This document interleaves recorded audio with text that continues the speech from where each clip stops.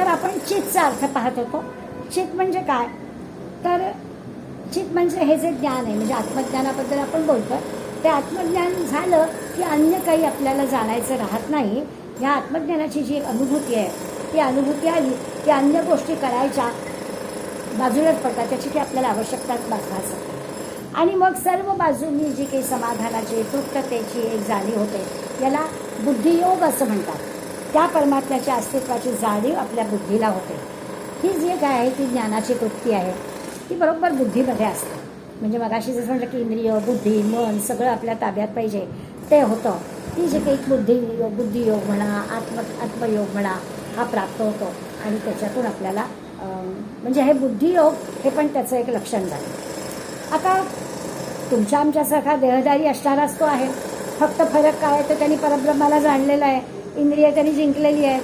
इंद्रिय जिंकल्यावर या सगळ्याचा फार भर आहे. कारण इंद्रियच आपल्याला दगा देतात, म्हणजे मनच आपल्याला दगा देतं असं होतं. तुकारामांचा अभंग आहे. तुकाराम म्हणतात, पापाची वासना नको लावू डोळा, त्याहून आंधळा बरा मी. अरे डोळे दिलायस मला, तर त्या डोळ्यांनी मला चांगलं काहीतरी करू दे, चांगलं काहीतरी बघू दे. किंवा निंदेचे श्रवण नको माझे कानी, बधिर करून टाक ठेवी. आता याचा अर्थ काय, ही जी की इंद्रिय आहे, ही इंद्रिय मला काहीतरी भलतं सलतं करायला लावतात, माझ्या हातात राहत नाही. ही फार मोठी महत्त्वाची गोष्ट आपल्याला स्थितप्रज्ञा किंवा या योगी जो आहे त्याच्या आणि आपल्यामध्ये असणारा फरक आहे की त्याचे इंद्रिय त्याच्या ताब्यात असतात. आणि म्हणून त्याच्या ह्या शांतीच्या, समाधानाच्या काही आड येत नाही, जितेंद्रिय असतं. आणि मग असा जो आहे त्याला हे माती, सोनं, दगड सारखं वाटतं. रामकृष्णांच्या बद्दल असं म्हटलं जायचं की रामकृष्णांच्या हातात जर चांदीचं नाणं आलं तर त्यांचा हात वाकडा व्हायचा. म्हणजे त्यांना खरोखरच या सगळ्या गोष्टीपासून ते बाजूला होते. स्वामी विवेकानंदांनी तर त्यांची परीक्षा घेतलीच होती. त्यांच्या अंथरुणाखाली नाणं ठेवलं होतं, तर शॉक बसल्यासारखे ते उठले होते. त्या जागी ते बसले पण नाही. म्हणजे इतका उच्च विद्याविभूषित असणाऱ्या स्वामीजींनी या दक्षिणेश्वरच्या पागल पुजाऱ्याला सद्गुरू म्हणून स्वीकारलं. याचा अर्थच तो आहे की तो समलोष्टाश्मकांचन. परमात्मा ज्याला प्राप्त झालेला आहे त्याला या सगळ्या गोष्टींमध्ये सगळीकडे ईश्वरच दिसतो. कसलं सोनं आणि कसली माती अशा प्रकारचं. आणखीन एक शब्द आहे कूटस्थ. आता कूट म्हणजे खरा कूट याचा अर्थ ऐरण असा आहे. आपल्याला आता आधुनिक जगामध्ये या गोष्टी लागत नाही, पण आपल्याला ऐरण माहिती आहे, निदान तुमच्या आमच्या पिढीला माहिती आहे. या ऐरणीवर तापलेलं लोखंड ठेवून वरती घणाचे घाव घातले जातात आणि पाहिजे तसा लोखंडाला आकार दिला जातो. पण त्या लोखंडावर त्या घावांचा परिणाम होतो. तापलेल्या लोखंडावर घाव घातल्यावर हवा तो आकार दिला जातो, हवा तिथे तुकडा पाडला जातो. ऐरणीवर त्याचा काहीही परिणाम होत नाही. ऐरण आहे तशीच आहे. ऐरणीचा आधार घेतला जातो, पण ऐरणीवर त्याचा काही परिणाम होत नाही. ती कूट. आणि असा हा जो आहे तो कूटस्थ. त्याचं पण असं योगारूढाचं अंतःकरण जे आहे ते असं ऐरणीसारखं असतं. त्याच्या अंतःकरणावर काहीही परिणाम होत नाही. त्याच्या अस्तित्वाच्या गोष्टी असतात, तो आपल्यासारखाच असतो. हे सगळं आधार म्हणून त्याचा असतोच असतो. ऐरण ही आधार आहे त्या लोखंडी तापलेल्या लोखंडासाठी. त्याच्यावरच घाव घातले जात आहे, परंतु ऐरणीवर परिणाम नाही. तसं याच्यावर परिणाम नाही.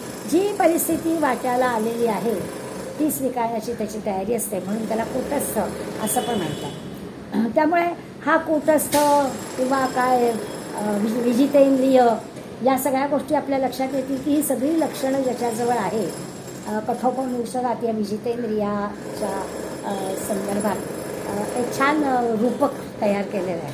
आणि त्यांनी असं म्हटलं आहे की हे जे शरीर आहे, हे शरीर म्हणजे रथ. अनेक ठिकाणी आपल्याला हा वाचायला मिळतो, पण कठोपनिषदात याचं मूळ आहे की रथ काय, तर हे शरीर म्हणजे रथ आहे. ज्या आत्म्याचा आपण विचार करतो आहोत, हा आत्मा हा रथाचा स्वामी आहे, रथी आहे. आणि सारथी कोण आहे, चालवायला कोण बसलाय, तर बुद्धी चालवायला बसली. हा शरीर रूपी रथ बुद्धी चालवती आहे आणि त्याचा स्वामी जो आहे तो आत्मा आहे. बरं असं आहे की लगाम जे आहे ते मन आहे. म्हणजे त्या सारथ्याच्या म्हणजे बुद्धीच्या हातात मनाचे लगाम आहे. बुद्धी ठरवणार किती सही सोडायचं किंवा ओढायचं. ते लगाम ओढण्याचं काम बुद्धी करणार आहे. त्यामुळे बुद्धीच्या हातात मन आहे. घोडे जे आहेत लावलेले आहेत ते सगळे इंद्रिय आहेत. या मनाने म्हणजे लगामाने ते इंद्रिय नियंत्रित केली गेलेली आहेत. आणि मग मार्ग कोणता आहे तर विषय हा मार्ग आहे. या विषयांच्या मार्गावर जायचं आहे. पण जर ती बुद्धी म्हणजे सारथी जर योग्य असेल, सारथी म्हणजे बुद्धी जर ईश्वरनिष्ठ असेल, तर मग या मनाच्या लगामाने अगदी योग्य मार्गाने कुठले विषय आड येत नाहीत, नियंत्रित करून मार्गाने जाता येतं. आणि हे इंद्रिय म्हणजे घोडे जे आहेत ते उघडत नाहीत किंवा योग्य गतीनं ते आपल्याला मुक्कामावर देतात. काही कुठे लगाम खेचावे लागत नाहीत, मनाला इंद्रियांना अवल घालावा लागत नाही. ही जी स्थिती आहे ही स्थिती असणं ही विजितेंद्रिय याची स्थिती आहे. आणि मग समलोष्टाश्म कांचन हा खरं तर ह्या असं पटकन मनात येतं वाचता वाचता की अरे माती आणि सोनं कसं काय हे कसं जमणार. सोन्याचा दागिना असा कुठेतरी कानातलं काढलं आणि आरशाजवळ ठेवलं किंवा आपण मुलींना आणि घरात सून असेल तर सुनेला म्हणतो की अगं जागेवर ठेवावं, वस्तू मौल्यवान आहे ती.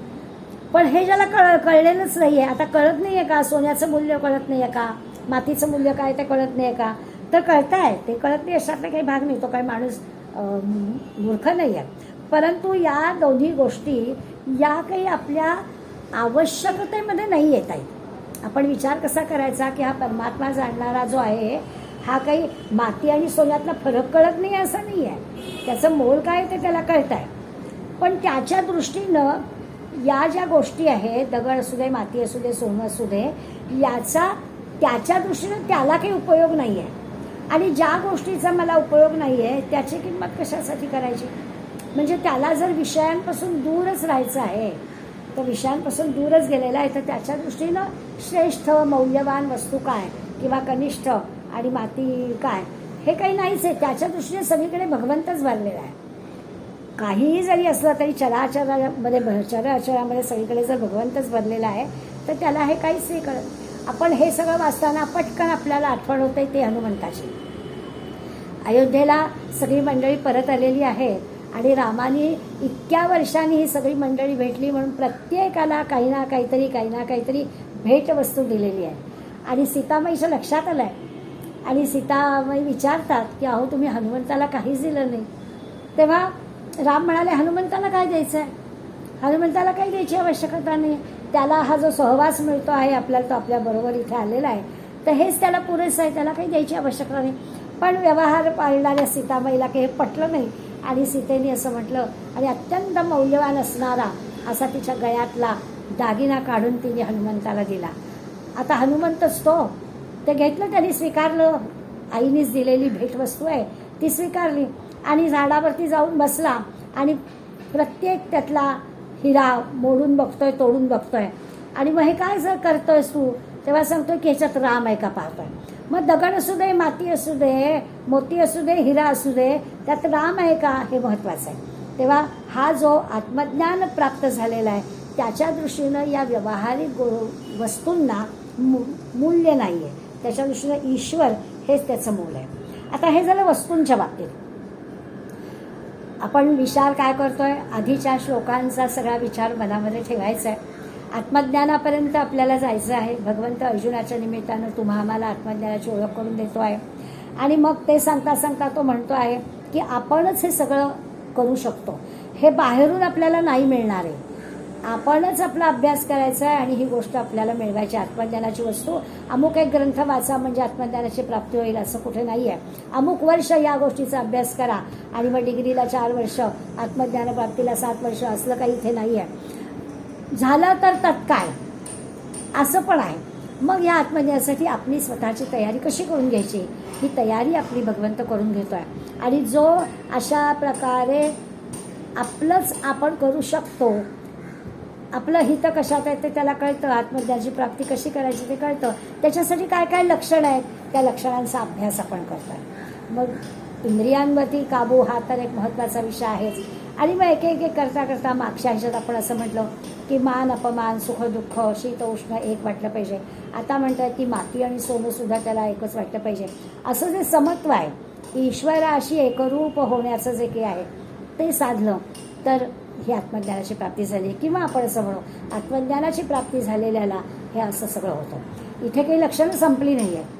आता पुढल्या श्लोकामध्ये एक महत्त्वाचं लक्षण आहे की वस्तूंबद्दलची समरूपता आपल्याला कळली, एकरूपता आपल्याला कळली. सुखदुःख आणि मानापमानाबद्दल एकरूपता आपल्याला कळली की त्या ज्या मनाला वाटणाऱ्या गोष्टी आहेत त्याच्यामध्ये समानता आली. कारण ईश्वरानेच निर्माण केलेलं आहे सुखदुःख आहे, ईश्वराने निर्माण केलेले मान अपमान आहेत, त्यामुळे त्याला ह्याच्यात काही वेगळं वाटत नाही. माती आणि सोनं याच्यामध्येही पण त्याला वेगळं वाटत नाही. आता ही माणसं जी आहेत त्या माणसांमध्ये पण त्याची समदृष्टी आहे. माझ्याशी जो चांगला वागतो त्याच्याशी मी चांगलंच वागते, पण माझ्याशी वाईट वागणाऱ्या जवळ सुद्धा मी चांगलं वागते. हा जो महत्त्वाचा विचार आहे, माणसांमध्ये सुद्धा तो भेद करत नाही, ते आपल्याला पुढल्या श्लोकामध्ये पाहायचं आहे. धन्यवाद. नमस्कार. आपल्या 6व्या अध्यायातल्या 6व्या श्लोकापर्यंत आपण आलो आहे आणि एक महत्त्वाची गोष्ट आपण गेल्या 2 श्लोकांमध्ये शिकलो आहे ती अशी की आपण आपल्या बुद्धीने जर मनाला जिंकलं, इंद्रियांना जिंकलं तर आपण आपले मित्र असतो, आपण आपले बंधू असतो. आणि जर का आपण आपल्या इंद्रियांना ताब्यात ठेवू शकलो नाही तर आपणच आपले शत्रू होतो. आणि याची विविध उदाहरणं घेऊन आपण हा विचार केला की खरोखरच जिथे जिथे आपल्याला यश मिळतं तिथे आपल्या लक्षात येतं की आपण योग्य निर्णय घेतलेले असतात, योग्य प्रयत्न केलेले असतात आणि त्यामुळे आपणच त्या यशाच्या वेळेला असं म्हणू की अरे मी माझ्या इंद्रियाला जिंकलं, माझ्या मनाला जिंकलं, माझ्या बुद्धीने जे सांगितलं सार काय असार काय ते मला कळलं आणि म्हणून स्वाभाविकच आपल्याला यश मिळालं. त्याच्या उलट आपण जिथे अपयशी ठरतो तिथे आपल्याला सवय असते दुसऱ्याला दोष देण्याची की याच्यामुळे असं घडलं, पण प्रत्यक्षात मात्र विचार केला तर असं होतं की आपणच कुठेतरी कमी पडलेले असतो. आता या पार्श्वभूमीवर पुढल्या म्हणजे आजच्या श्लोकामध्ये आपल्याला असं पाहायचं आहे की हा जो स्वतःचा मित्र किंवा स्वतःचा बंधू हा जो की होतो तर याची म्हणजे शत्रूचं राहू द्या त्या बाजूला, आपण आपला बंधू व्हायचा आहे, आपण आपला मित्र व्हायचा आहे. याच्या संबंधी जो कोणी प्रयत्न करणारा यशस्वी झालेला आहे त्याची लक्षणं कोणती असतात, तो कसा वागतो, व्यवहारामध्ये तुमच्या आमच्यासारखं जगत असताना त्याच्यातही आपल्यात नेमका काय फरक असतो हे आपल्या 7व्या श्लोकामध्ये आज आपल्याला जाणून घ्यायचं आहे. भगवंत आपल्याला असं सांगताय की जितात्मा न प्रशांतस्य परमात्मा समाहितः शीतोष्ण सुखदुःखेषु तथा मान अपमान योः. दुसऱ्या ओळीतले शब्द आपल्या परिचयाचे आहेत, परस्पर विरुद्ध असणाऱ्या गोष्टी आहेत, शीत उष्ण सुख दुःख मान अपमान, आणि याच्यामध्ये आपल्याला असं म्हणायचं आहे की हे सगळं त्याला एकच वाटतं तर ते आपण समजून घेऊ. पण त्याच्या अगोदर त्याची जी तयारी आहे जितात्मा न प्रशांतस्य परमात्मा समाहिता ती आपल्याला समजून घ्यायला लागेल. प्रत्येक वेळेला अगदी गीतेमध्ये भगवंतांनी किंवा आणि त्या गीतेवरच्या माऊलीने सांगितलेल्या ओव्यांमध्ये काय फार मोठी आपल्या इंद्रियांना ताब्यात ठेवण्यासाठीची गोष्ट सांगितलेली आहे. सगळी जी काही इंद्रिय आहेत ना आपली ती अवखळ आहेत आणि त्या इंद्रियांमुळे आपली सगळी गडबड होते. अगदी आपली शारीरिक दुर्बलता असू दे, मानसिक दुर्बलता असू दे, व्यावहारिक दृष्टीतलं यशापयश असू दे, आध्यात्मिक दृष्टीतलं यशापयश असू दे, एखाद्या ग्रंथाचं आकलन करताना येणाऱ्या अडचणी असू दे, सगळीकडे आपल्याला असं दिसतं की ही जे काही समदृष्टी आहे ती समदृष्टी आपण ठेवू शकत नाही.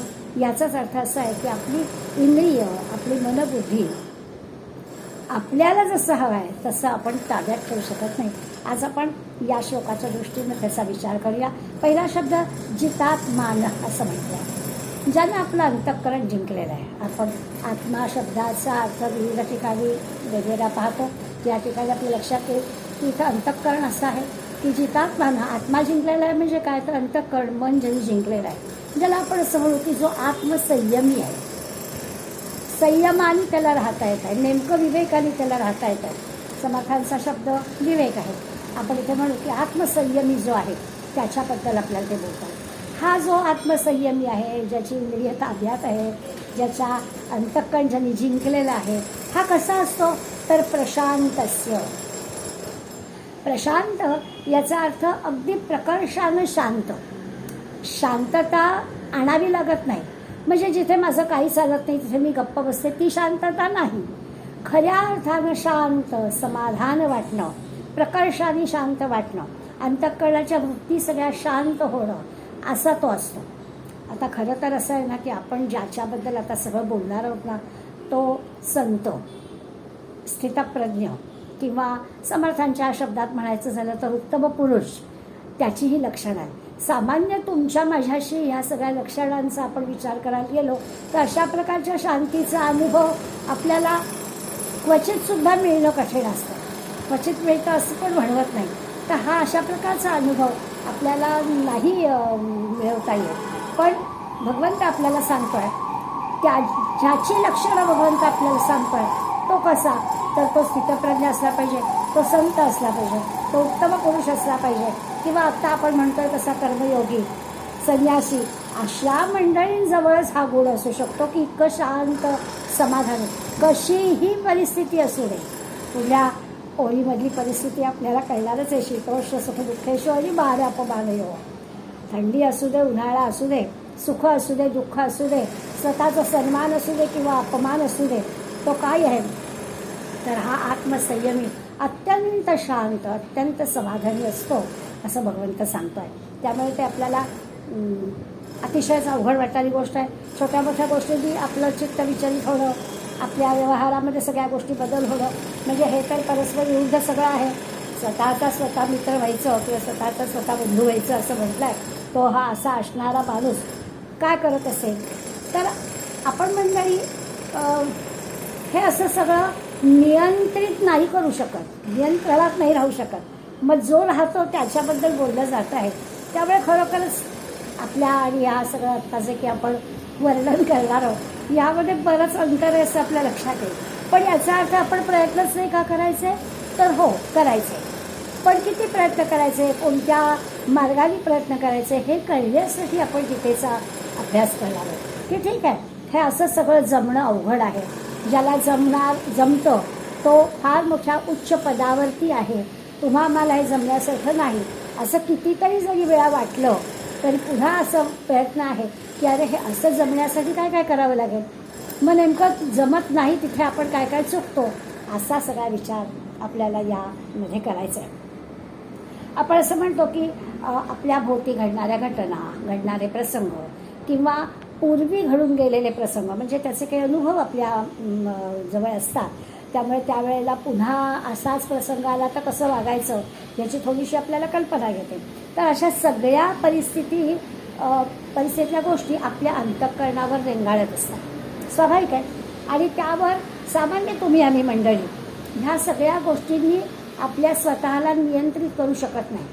परिस्थितीमुळे किंवा अनुभवामुळे आपण त्या परिस्थितीत कसं आचरण करायचं हे आपण ठरवताना आपण गडबडून गोंधळून जाऊ शकतो. आपलं आपल्यावरच नियंत्रण राहत नाही. हा जो योगी आहे, हा जो ज्याचं वर्णन आपण करतो आहोत त्याचा विचार केला तर त्याला ह्या सगळ्या वृत्तीवर नियंत्रण ठेवता येतं. म्हणजे छोट्या छोट्या गोष्टी असतात बरं का.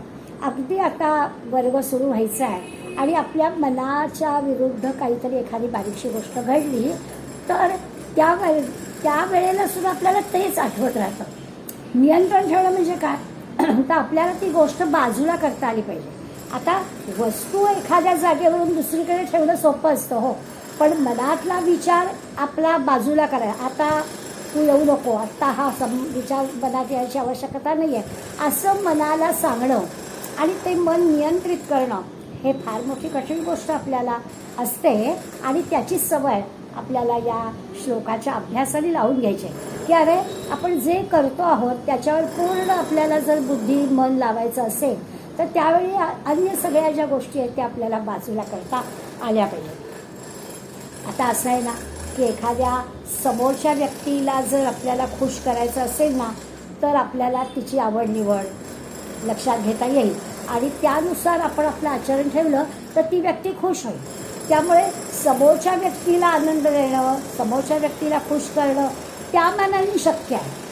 पण आपणच आपल्याला खुश करायचं आहे, आपणच आपलं अंतःकरण जिंकायचं आहे तर फार मोठी अवघड गोष्ट आहे. दुसऱ्याचं अंतकरण जिंकणं सोपं असतं.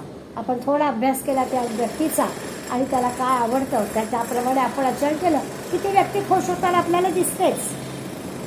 त्यांचं दुसऱ्याचं अंतकरण जिंकणं सोपं आहे तुलनेने, पण आपलंच अंतकरण आपल्याला जिंकायचं आहे. आपल्या अंतकरणामध्ये आपल्याला जे हवं आहे तेच त्यावेळेला आलं पाहिजे, अन्य दुसरं काही येता कामा नये, अशी रचना आपलीच आपल्याला करता आली पाहिजे. आता याच्यासाठी खूप तयारी करावी लागेल. अंतःकरणाचं सामर्थ्य वाढवायचं. स्वतःची जी बुद्धी आहे ती विवेकानं स्वतःच्या मनाच्या ठिकाणी पक्की करायची. मन स्वैर आहे, चंचल आहे, तिकडे तिकडे भरकटणार आहे, त्याला आवर घालायचं आहे, ते आपलं ताब्यात ठेवायचं आहे. त्याला आपण अंतःकरण जिंकणं म्हणतो. ते आपलंच अंतःकरण जिंकायचं तर फार मोठी अवघड गोष्ट आहे. जरा थोडंसं कोणी मी मगाशी म्हटलं आपल्या मनाविरुद्ध वागला ना तर आपल्या अंतःकरणामध्ये त्याच व्यक्तीचे विचार, यापूर्वी ती असं का वागली होती, ती आत्ताच असं का वागते, वगैरे वगैरे अनंत गोष्टी येते. म्हणजे त्याला पाहिजे तसं त्याला करू दे, आपण कशाला पडायचं असा विचार करून ते आपल्याला बाजूला करता आलं पाहिजे. आपण मात्र सारखे तेच विचार डोक्यात ठेवतो आणि जे चालू असतं त्याच्यावर 100% आपली बलं, बुद्धी, इंद्रिय काम करत नाही आणि मग गडबड होते.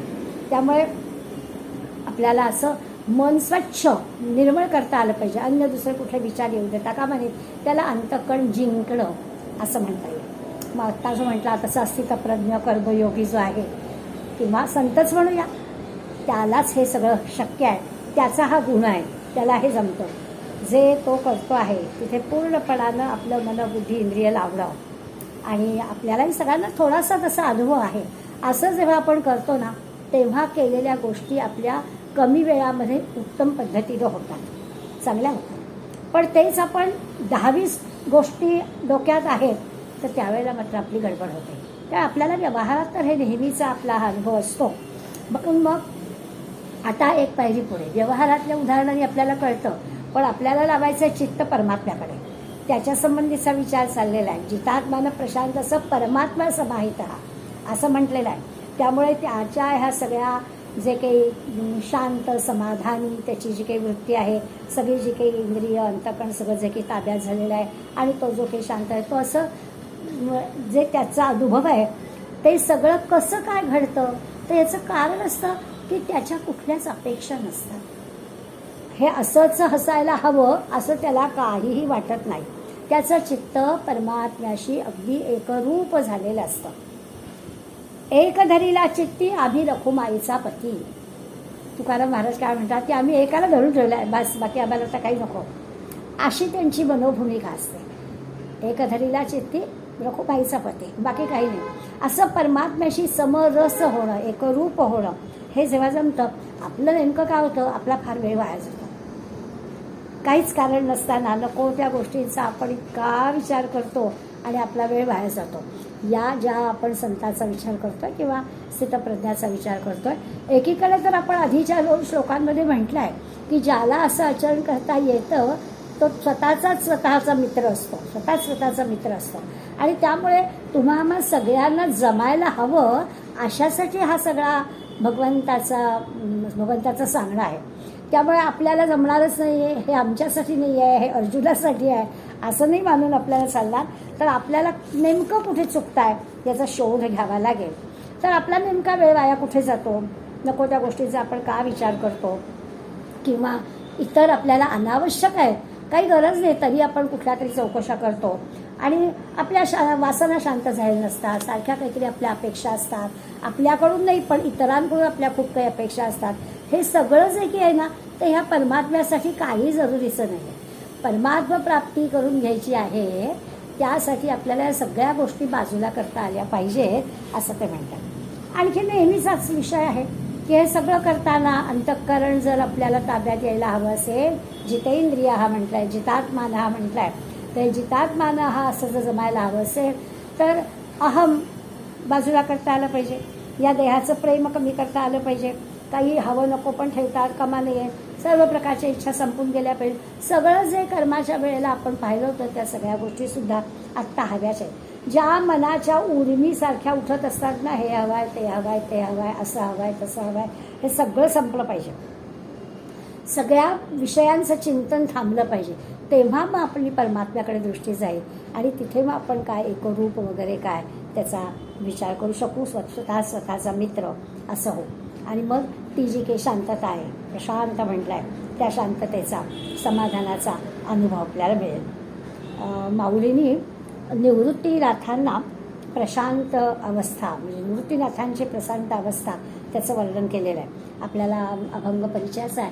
शांतीची पै शांती निवृत्ती दातार. शांतीची पै शांती असं म्हटलं आहे. म्हणजे निवृत्तीनाथांचं अंतःकरण इतकं शांत होतं की शांतीची जाणीवही शांत झाली होती. त्याला शांतीची पै शांती म्हणायचं. असं प्रशांत असं हे संत असे प्रशांत असतात, अगदी शांत असतात.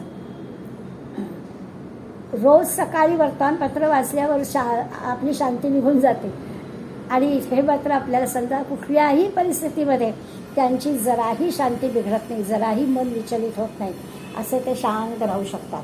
आता याचं कारण 2 महत्त्वाच्या गोष्टी आहेत. आपल्या काही त्यांच्यामध्ये कोणता फरक आहे किंवा आपल्या नेमक्या 2 गोष्टी कुठे आपण कमी पडतोय. तर पहिली गोष्ट अशी आहे की त्यांना ना काहीच सांभाळून ठेवायचं नाही आहे. काहीच आहे त्यांना. आपलं घर दार आपली मुलं वगैरे वगैरे ह्यात ते कुठे गुंततच नाही आहे. त्यामुळे त्यांना काही सांभाळायचं आहे याची खटपट करायची नाही आहे. एक विषय संपला. आणि दुसरी महत्त्वाची गोष्ट अशी आहे की त्यांना काही मिळवायचं पण नाही आहे. त्यामुळे काही अमुक एक गोष्ट असली तर हा पण काही विषय नाही. या दोनही गोष्टींपासून ते दूर असल्यामुळे आणि या दोन्ही गोष्टीत आपण अडकत असल्यामुळे आपण जितात्मा नाही, आपलं अंतःकरण आपण ताब्यात ठेवलेलं नाही. अर्थातच संतांचं अंतःकरण, संतांचं जे चित्त आहे ते असं परमात्म्याशी एकरूप होतं, तदाकार होऊन जातं. शांत समाधानाचा अनुभव ते घेतं. तो जो योगी आहे या योग्याचा म्हणजे पहिल्या ओळीतले शब्द आपल्याला कळले. आता जितात्मान हा म्हटलाय, प्रशांतस्य म्हटलाय आणि असा परमात्मा समाहिता परमात्म्याशी जोडला गेलेला आहे. आणि ह्याला अगदी महत्त्वाचं काय तर परस्पर विरुद्ध असणाऱ्या ह्या ज्या गोष्टी आहेत शीतोष सुख दुःखदा आणि मान अपमान, या सगळ्या द्वंद्वाला ते जराही महत्त्व देत नाहीत. आता इथे पण मोठीच परीक्षा आहे. शीत उष्ण आहे ठीक आहे, एक शारीरिक पातळीवरती याचा विचार करायचा आहे की उन्हाळा आला, उन्हाळ्यामध्ये उकडतो, मग त्याच्यासाठी अशाही तजवीज सगळी आपल्याला हवी ठीक आहे. हिवाळ्यामध्ये थंडी लागते. या दोन्ही गोष्टी आपल्याला नियंत्रणात ठेवण्यासाठी काही अन्य गोष्टींची मदत आपल्याला घेता येईल. पण फरक काय तर ठीक आहे, थंडीपासून रक्षण करणं, उन्हाळ्यापासून रक्षण करणं यासाठी काही गोष्टींचा वापर करणं हा व्यवहार म्हणून ठीक आहे. पण थंडी आहे म्हणून मला कामच सुचत नाही किंवा फार उकडतं आहे मला बाहेर जावंसंच वाटत नाही, असं जे काही होतं ना ते याला होत नाही. याचं जे काही दैनंदिन जीवन आहे त्या जीवनावर ह्या अशा थंडीचा आणि उष्णतेचा परिणाम होत नाही, असा त्याचा आपण अर्थ लक्षात घ्यायचा आहे. की दोन्ही त्याला समान असतं म्हणजे काय, त्याला काय थंडीत थंडी लागत नाही आणि उन्हाळ्यात उकडत नाही अशातला काही भाग नाही आहे. परंतु या गोष्टी येणारच आहे. निसर्गतः होणाऱ्या या गोष्टींमुळे माझ्या दैनंदिन साधनेला त्याचा काही त्रास होता कामा नये. निदान आपण असा विचार करूया की आपल्या रोजच्या जीवनात तर अन्य सुविधांचा वापर करून आपल्याला थंडी आणि उष्णतेचा त्रास होणार नाही अशी आपण काळजी घेतो. पण म्हणून ह्या सगळ्या गोष्टींची मदत घेऊन तरी निदान आपल्याला अनेक गोष्टी करता आल्या पाहिजेत. म्हणजे हिमालयामध्ये जाता आलं पाहिजे, आहेत सर्व सोयी आपल्याजवळ. वारीला आपल्याला जाता आलं पाहिजे, पायी प्रवास करता आला पाहिजे. तिथे आपण निदान थंडी उष्णता याची तक्रार नाही करता कामा इतपत आपल्याला काही बदल करता येतो का बघूया. हा जो आहे याचं मात्र असं आहे की या नैसर्गिक गोष्टी आहेत याचा त्याच्यावर परिणाम होत नाही. मला आठवण होते विनोबा भावे यांच्या चरित्रामध्ये प्रसंग आहे. आपल्याला विनोबा भावे डोळ्यासमोर आले की नुसता पंचा नेसलेले, वरती उघडी दाढी वाढवलेले, अशीच आपल्याला त्यांची प्रतिमा समोर डोळ्यासमोर येईल. तर यांनी हा आता विनोबा भावे मुलगा महाराष्ट्रात वाढलेला, महाराष्ट्रातल्या हवामानाची सवय असणारा, पण जेव्हा वेदांचा अभ्यास करण्यासाठी उत्तर भारतात गेला त्यावेळेला त्यांना तिथली हवा सोसेना. आणि त्यांच्या चरित्रामधलं लिखाण करताना विमलाजी ठकारांनी त्यांना एकदा हा प्रश्न विचारला की तुम्हाला कसं काय हे सगळं आता मी नंतरचा जेव्हा त्यांचा प्रवास सुरू होता तेव्हा मला ते त्यांच्याबरोबर होत्या आणि तेव्हा त्यांना प्रश्न विचारला तेव्हा विनोबा भावेंनी उत्तर दिलं आहे की मी लहानपणी जेव्हा ह्या अशा प्रकारच्या अभ्यासाला गेलो तेव्हा मला त्या उत्तर भारतातल्या थंडीचा प्रचंड त्रास व्हायला लागला. सतत मला ताप यायचा, खोकला व्हायचा आणि हा अभ्यास आता आपल्या शारीरिक कुवत नसल्यामुळे करता येणार नाही अशी जेव्हा परिस्थिती निर्माण झाली तेव्हा मी ठरवलं की आपल्या शरीराला तयार करायचं.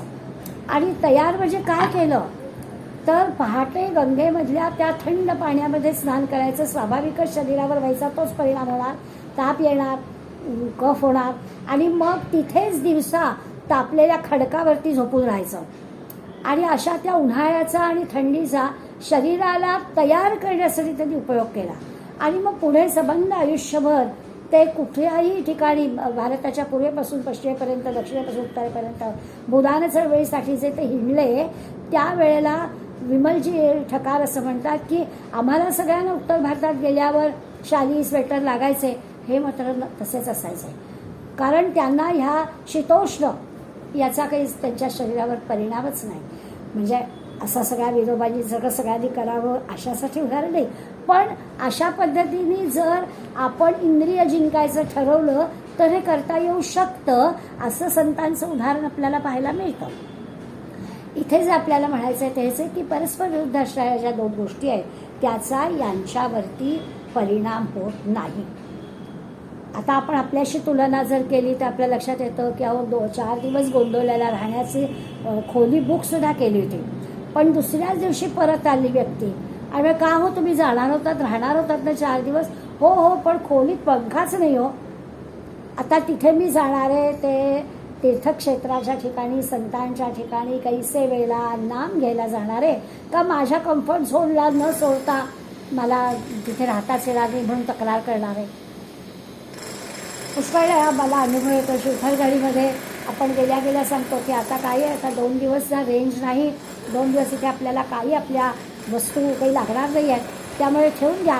आणि चप्पलसुद्धा घालायची नाही की लगेच आमच्या काही जणींचे चेहरे बदली होतात.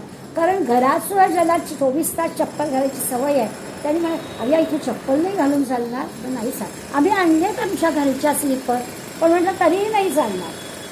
आता हे जे काही कम्फर्ट झोनमधून बाहेर येणं आहे ना तिथे ह्या आपल्याला श्लोकाचा उपयोग करता येईल की एवढं नको आहे, अगदी शीत आणि उष्ण समान लागावं असं नाही, पण निदान जिथे जे जसं आहे तसं आपल्याला स्वीकारता तरी येईल का असा आपला प्रश्न आपल्या मनाला विचारायचा.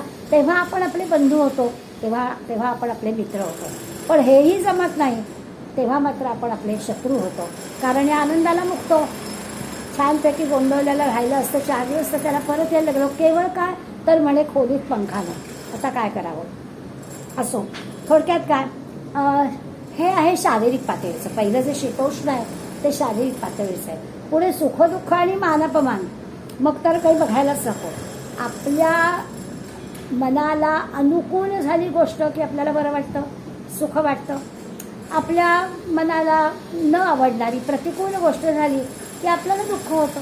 हा तर सुखदुःखाचा विषय तर आपल्या सगळ्यांच्या सरावाचा आहे. बरं, आता असं आहे की हे अनुकूल आणि प्रतिकूल जी काही गोष्ट आहे ना ती व्यक्तिपरत्वे भिन्न असते. एखाद्याला अगदी चमचमीत तिखटच आवडेल आणि अरे वा काय मस्त आहे असं म्हणेल, तर दुसरा त्याच वस्तूला बघून सुद्धा त्याच्या डोळ्यात पाणी येईल. त्यामुळे अनुकूल आणि प्रतिकूल किंवा सुख आणि दुःख या गोष्टी काही समान नाही आहेत.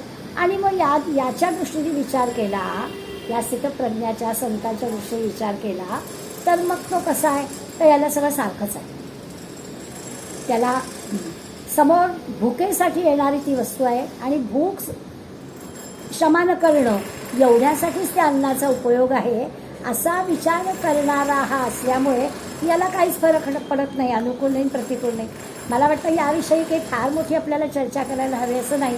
आपण अनेकदा समर्थांचं उदाहरण दिलेलं आहे आणि त्यामुळे भूक शमवणं एवढीच अन्नाची गरज आहे याच्यावरती आपण ठरवू शकतो. त्यामुळे एक सुखदुःख या गोष्टीमध्ये इंद्रियांच्या सगळ्याच सुखदुःखाचा विचार करायला हवा, पण भुकेचा विचार आपल्याला पटकन लक्षात आला. हा जो योगी आहे त्याला या काय खाल्लं की सुख किंवा काय नाही मिळालं तर दुःख याचा काही विषय नसतो.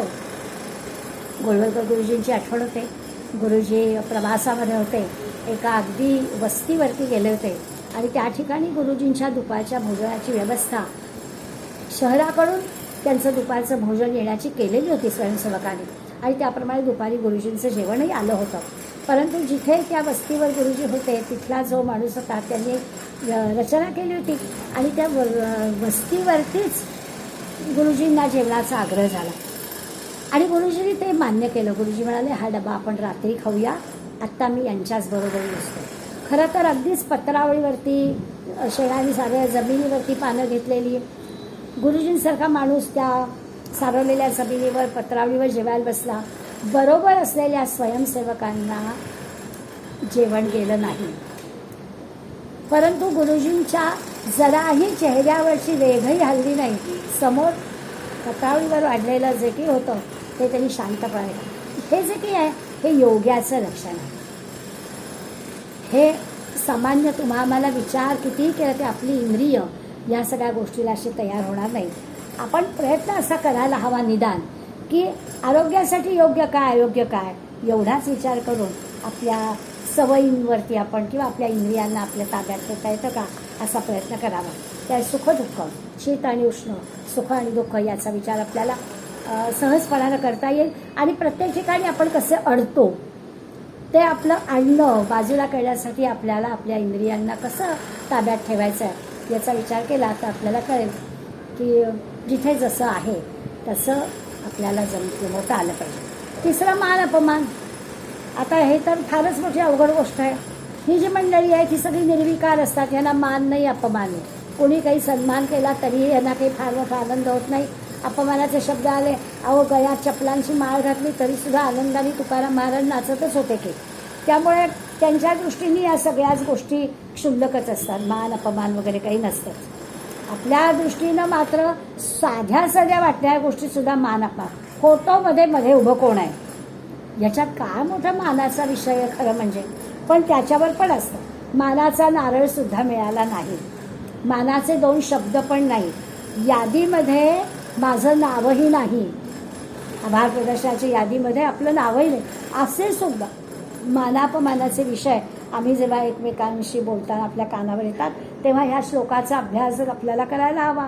असं वाटतं की अरे हा जो आहे, हा जो स्थितप्रज्ञ आहे याला मान नाही अपमान नाही. निदान आपण असा विचार करायला हवा की आपलं स्वास्थ्य बिघडू द्यायचं नाही. या छोट्या मोठ्या गोष्टींमुळे आपला जो स्वास्थ्य बिघडतो, मग आपला राग होतो, 4 ठिकाणी आपण बोलून दाखवतो, हे तरी आपण करायला नको आहे. इतकं तरी आपण सोडून द्यायला हवं. आता याचा अर्थ असा नाही आहे की आपण स्वाभिमान शून्य असायला हवं. योग्य ठिकाणी आपल्या सन्मानाच्या ज्या गोष्टी आहेत, अभिमानाच्या ज्या गोष्टी आहेत त्या आपण धरून ठेवल्याच पाहिजे.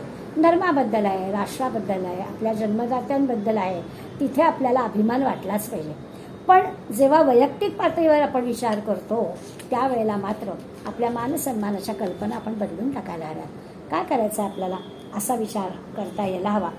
अगदी आपण या श्लोकात वर्णन केलेल्या ह्या जितात मानापर्यंत नाही पोचू शकणार कदाचित, परंतु निदान आपल्याला ते माहिती होईल की आपण किती दूरवर आहोत आणि त्या दृष्टीने आपल्याला आपल्या मानसन्मानाच्या ज्या कल्पना आहेत त्या कल्पना आपल्याला बदलता येतील. छान बहुधा मला आता आठवत नाही पण मराठे काकांनी बहुधा उदाहरण दिलं असेल की मराठे काका आपल्याला असं म्हणतात की अहो आपला मान होत नाही किंवा आपली निंदा होते. आपल्याला कोणीतरी काहीतरी गैर बोलतो, आपण तसं न केलेलं असतानासुद्धा आपल्याबद्दल कोणी बोललं की आपल्याला राग येतो. पण या निंदकाचे ना आपण आभारच मानले पाहिजेत असं त्यांनी म्हणतात. कारण म्हणाले असं असतं की पॅथॉलॉजिस्ट असतो ना, तो पॅथॉलॉजिस्टसुद्धा आपले शारीरिक दोष आपल्याला सांगतो, शोधून काढून आपल्याला सांगतो आणि ते तो सांगतो त्याच्याबद्दल आपण त्याला पैसे पण देतो. आता मग निंदक काय वेगळं करतो? निंदक पण आपल्यामधले दोषच काढून दाखवतो. मग आपण त्याच्यावर कशाला रागवायचं? अगदी चपकल बसणारं उदाहरण दिलं गेलं आहे आणि मग आपल्या लक्षात येईल खरंच कोणी आपल्याबद्दल काही गैर म्हटलं तर हा जो आहे ह्याच्याबद्दल काही कोणी म्हटलं जात नाही असं नाही, पण हा विचार कसा करतो की आपल्यात काय काय सुधारणा करायला हवी, नेमकं आपलं काय चुकतं आहे. एखाद्याने आपल्याबद्दल काही गैर सांगितलं तर याचा अर्थ आपली काहीतरी चूक झाली आहे असं त्याला वाटतं आणि हा जो काही सामान्य आणि हा स्थितप्रज्ञ किंवा याच्यातला फरक आहे. आता आपल्या लक्षात येईल की असं जर आचरण आपलं होणार असेल, म्हणजे शीतोष्ण, सुखदुःख, मान अपमान हे आपल्याला समान वाटायला लागणार असतील तर आपण आपले मित्र. आणि हे होत नाही आहे अजूनही, मी म्हणजे कोणीतरी असं जेव्हा मला वाटतं आहे तेव्हा मी म्हणजे माझे शत्रू, असा प्रकारचा विचार ह्या गेल्या 3 श्लोकांपासून आपण करतो आहे. आता लक्षात आपल्याला आलं शरीर, मन, बुद्धी या सगळ्यावर नियंत्रण असेल तर आपल्याला एक शांततेचा, स्थिरतेचा, समाधानाचा अनुभव घेता येतो. आता लक्षात येईल की हे की फार मोठं अवघड नाही आहे, हे अभ्यासानं, विवेकानं करता येऊ शकेल. तुमच्या आमच्यासारखेच देहधारी ही सगळी मंडळी असतात आणि ह्या मंडळींना त्यांची ही सहज प्रवृत्ती असते, त्यांना हे सहज सगळं जमलेलं असतं. त्यामुळे ते असे छोट्या छोट्या गोष्टींनी दुःखी होत नाही किंवा चांगलं काही घडलं तरी फार मोठं ते आनंद व्यक्त करायला जात नाही, कारण त्यांचं जे सगळं असतं ना ते परमात्म्याशी जोडलेलं असतं. त्यांना परमात्मा उपलब्ध असतो. म्हणजे कसं की परमात्मा तर सगळ्यांजवळच आहे, तुमच्या माझ्याजवळ पण आहे. पण आपल्याला काय झालं आहे, आपल्याला त्या परमात्म्याला शोधून काढावं लागतं आणि त्यांच्याजवळ तो उपलब्धच आहे. आपल्याजवळ पण आहे पण आपल्याला तो दिसतच नाही आहे, आपण त्याचं माहितीच करून घेत नाही आहोत, आपण त्याचा उपयोगच करून घेत नाही आहोत. इथे मात्र त्यांच्या बाबतीत असं आहे की ह्या सुखदुःखात न अडकता ते परमात्म्याशी जोडले गेलेले आहेत. तो इझिली त्यांना उपलब्ध आहे आणि त्यामुळे ते बाकीच्यात काही पडत नाहीत. सुखदुःख काय येतं आणि जातं, शांतपणानं ते स्वीकारणं, ही जी प्रसन्नता आहे ही प्रसन्नता त्यांनी टिकवलेली असते. त्यामुळे त्यांना ती परमात्म्याची प्राप्ती होते. अगदी या शांती, समाधान असे शब्द आले ना की आपल्याला नाथांची आठवण होते. नाथांनामुळे शांती ब्रह्मच म्हटलेलं आहे. अशांचा विचार या श्लोकामध्ये केलेला आहे. अगदी दिसायला सोपा श्लोक आहे आणि त्या श्लोकांमध्ये त्याची सांगितलेली लक्षणं आहेत ती आपल्या अंगी यावी म्हणून जे करायचे प्रयत्न आहेत ते प्रयत्न आपल्याला करता येईल की नेमकं आपलं कुठे कमी पडतो आहे आपण ते आपल्या लक्षात येईल. आणि अगदी स्थितप्रज्ञाची मजल जरी गाठली नाही तरी आपल्याला त्या मार्गामध्ये आपण आहोत हे आपल्याला तपासता येईल. असं आपल्याला तपासणं म्हणजे आपण आपले बंधू असणं. अगदी ह्याच विचार आता पुढे आहे की त्यांच्या जीवनाकडे बघण्याचा दृष्टिकोन कसा असतो. आता एक आपण भाग पाहिला की या सगळ्या परस्पर विरुद्ध असणाऱ्या गोष्टी समान वाटतात, ईश्वराकडे जोडलेले असतात, इंद्रिय ताब्यात ठेवलेले असतात आणि एक शांततेचा, समाधानाचा अनुभव ते घेतात. आता हा जो सिद्ध किंवा हा जो महात्मा किंवा हा जो योगी आहे, संन्यासी आहे, स्थितप्रज्ञ आहे, समर्थांच्या भाषेत सांगायचं तर उत्तम पुरुष आहे, हा कसा आहे तर या अशा प्रकारच्या मंडळींचा जीवनाकडे बघण्याचा दृष्टिकोन कसा असतो ते आपल्याला पुढल्या श्लोकामध्ये भगवंत सांगतो आहे. पुढला 8वा श्लोक आहे, ज्ञान विज्ञान तृप्तात्मा कूटस्थो विजितेंद्रिया युक्त इत्युच्यते योगी समलोष्टाश्मकांचन. आता या पण याच्यामध्ये अशा काही 2 गोष्टी दिल्या आहेत. सगळ्या शब्दांचा अर्थ आपण लक्षात घेऊया.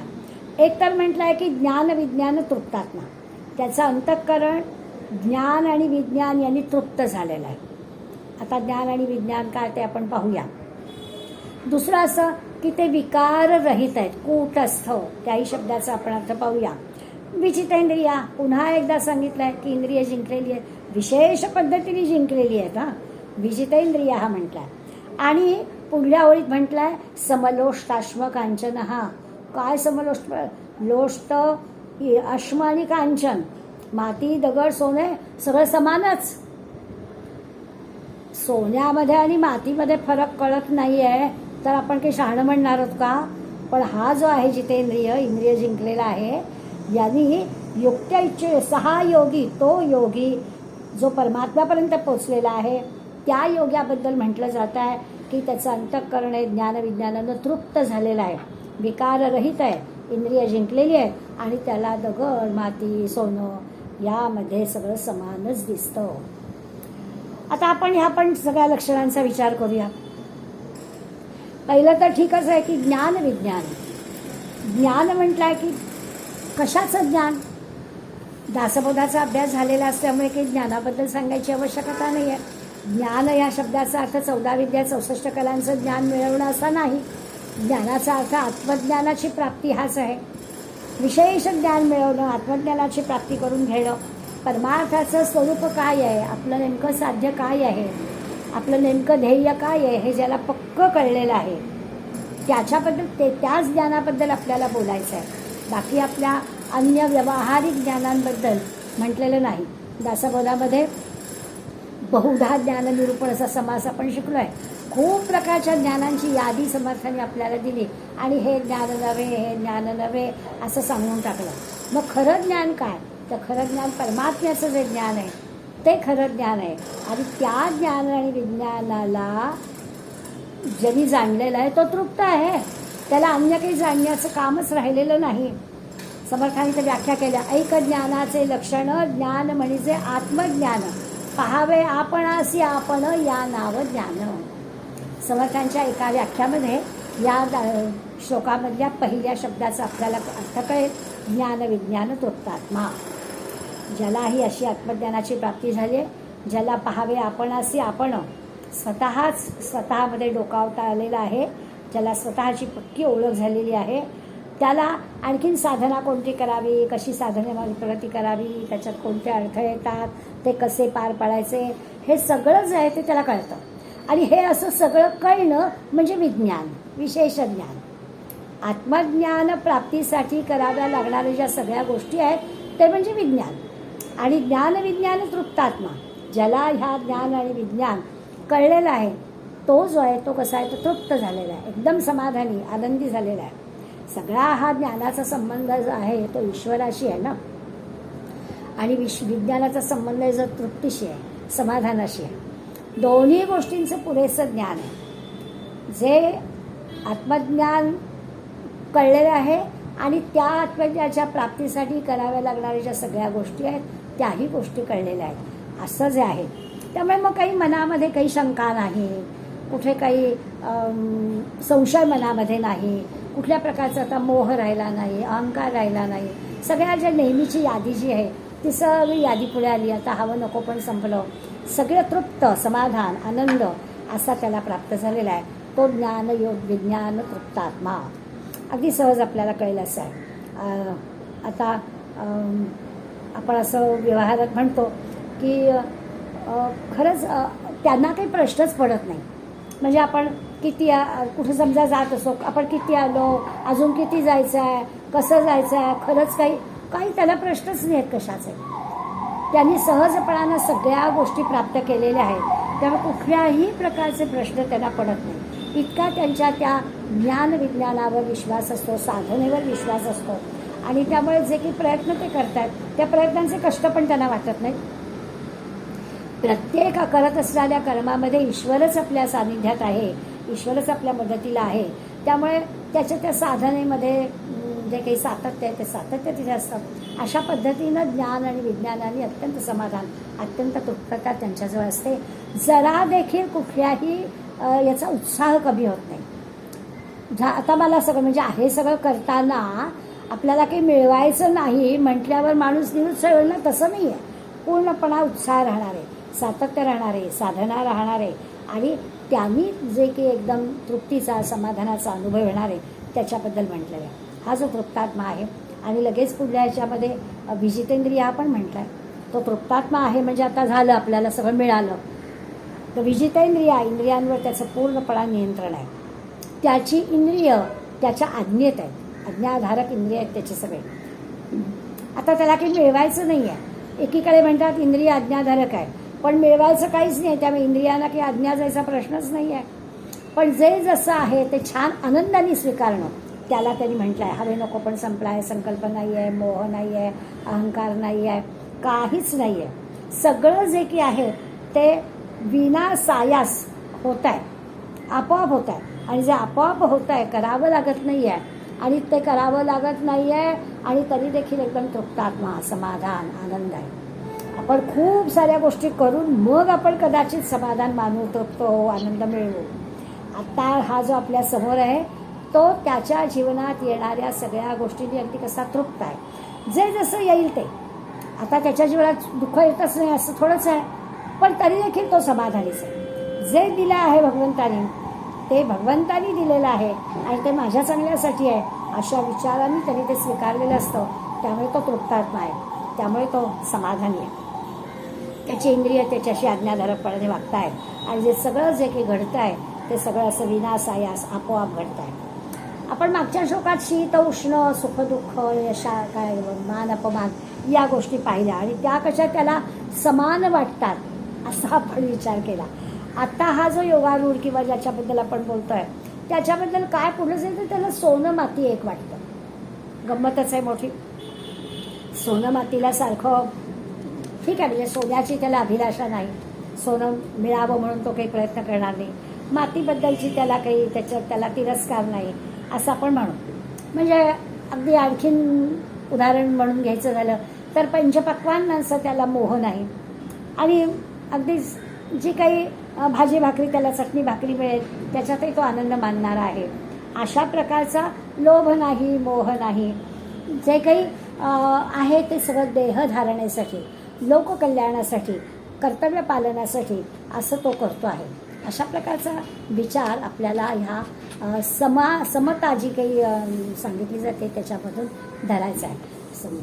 समलोष्टाश्म कांचना म्हणजे माती दगड आणि सोन्यामध्ये त्याला फरक कळत नाही असा शब्दशः त्याचा अर्थ नाही.